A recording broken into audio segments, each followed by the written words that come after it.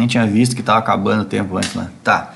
Então, uma dica lá, que nem eu estava falando antes, é que uma dica é quando os elementos químicos, os metais, eles estão lá da metade da tabela periódica para baixo ali, né? Eles já são cátions com tamanhos maiores. Se eles são cátions com tamanhos maiores, vai precisar de mais moléculas de água para rodear esse cátion, porque o tamanho esférico lá do cátion, ele é maior, certo?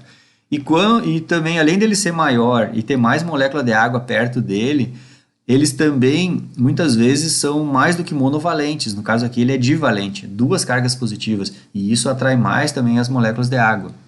Então, tem até uma explicação mais floreada em palavras aí, mas eu não vou falar aqui no ensino médio, senão eu vou complicar demais. Vou começar a botar mais nome, não vou falar. Vou tentar explicar de um jeito bem simples, tá? Então aqui, esse cobre 2+, ele vai atrair mais as moléculas de água. Pensem assim. Como ele tem um poder, ele e outros, né, que são, esses outros são isso, esses cátions que são da tabela periódica ali da metade para baixo ali, tá? O que eles vão fazer? Eles atraem mais fortemente as moléculas de água e acontece que durante o processo de esse cobre se juntar com o sulfato para formar o sulfato de cobre e ir se juntando naquela estrutura cristalina, lembram? Aqui eu tô com um desenho aqui embaixo, mas esse desenho aqui na real ele é, deixa eu voltar aqui, ó.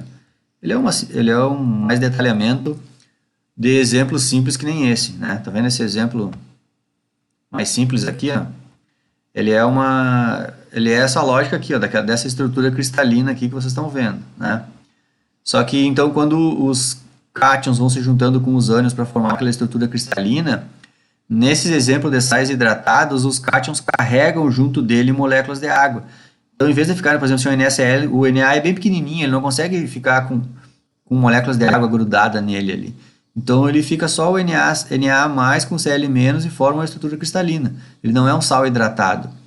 Só que o cobre não. O cobre ele já consegue atrair bastante as moléculas de água para perto dele. Então, quando o cobre for se juntar com o sulfato para formar aquela estrutura cristalina, e é isso que está evidenciado nesse desenho aqui. Deixa eu dar um... Por que não sai isso aqui, cara? Não sai essa barra aqui. Bom, depois eu vejo isso mesmo.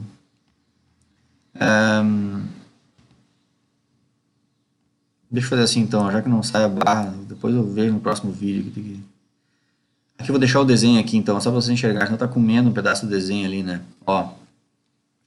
Aqui quando o cobre, que tem várias moléculas de água que estão próximas a ele, hidratando o cátion, e ele atrai muito fortemente essas moléculas de água, no momento em que ele forma contra-íon com os sulfatos, certo? Ele acaba não largando essas moléculas de água. E essas moléculas de água, muitas delas até fazem pontes de hidrogênio uma com as outras, que é uma coisa que a gente já estudou também, e eles meio que mantêm, para cada átomo de cobre, fica sempre 5 moléculas de água para cada átomo de cobre, na hora em que o cátion se combina com os ânions para formar o sal, entenderam? Então, na hora do cobre se combinar com os sulfatos, por causa do cobre, quem fez o fenômeno foi ele, por causa do cobre, ele acabou carregando 5 moléculas de água para cada átomo. E é por isso, então, que a fórmula do sal ele é um sal hidratado, porque para cada moléculazinha de sulfato de cobre, a gente sempre tem 5 H2O lá na estrutura. E se for fazer o desenho, é claro que o desenho já fica bem mais complicado do que aquele do NaCl. Eu achei na internet esse desenho aqui, ó. Ele mostra pra gente essas figuras aqui, a rosinha aqui são as figuras dos cobres, tá? A figura amarelinha é os ânions sulfato. E esses, parece um acento circunflexo aqui, são as moléculazinhas de água.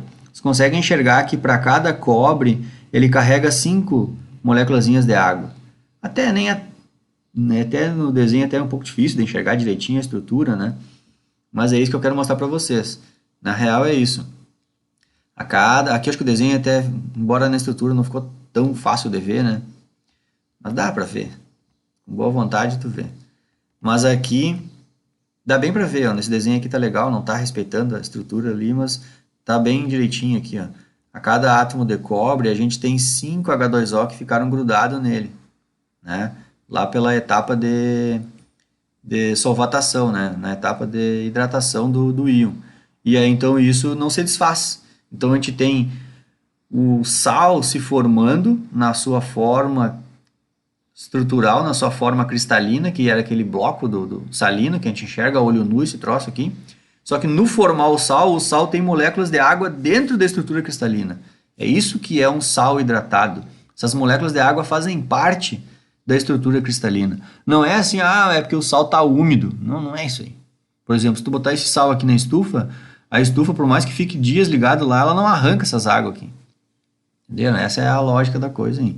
Então, isso aí que são os sais hidratados, certo?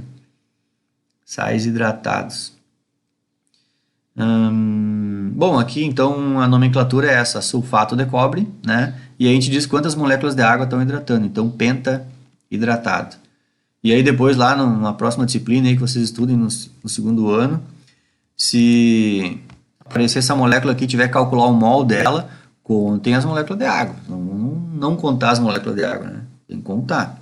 Porque vejam aqui, ó, ela faz parte do sólido cristalino. Tu enfia a espátula lá no potinho de reagente, tu tá tirando o cobre, tá tirando o sulfato e tá tirando água. Vem tudo junto na colherinha.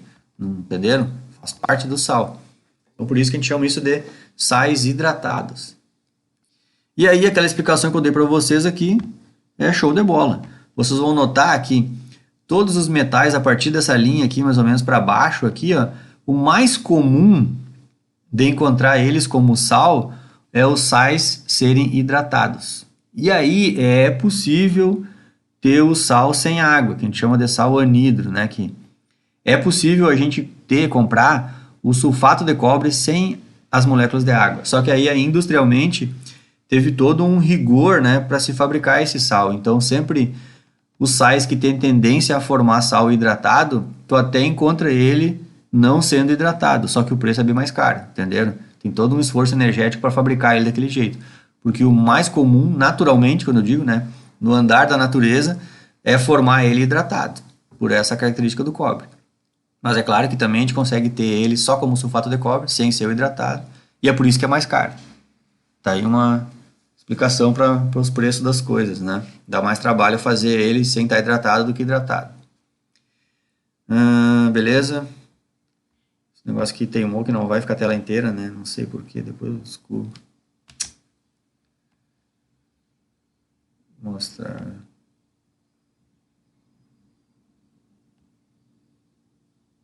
Mas... Bom, depois eu descubro. Deixa eu ir adiante aqui que eu vejo...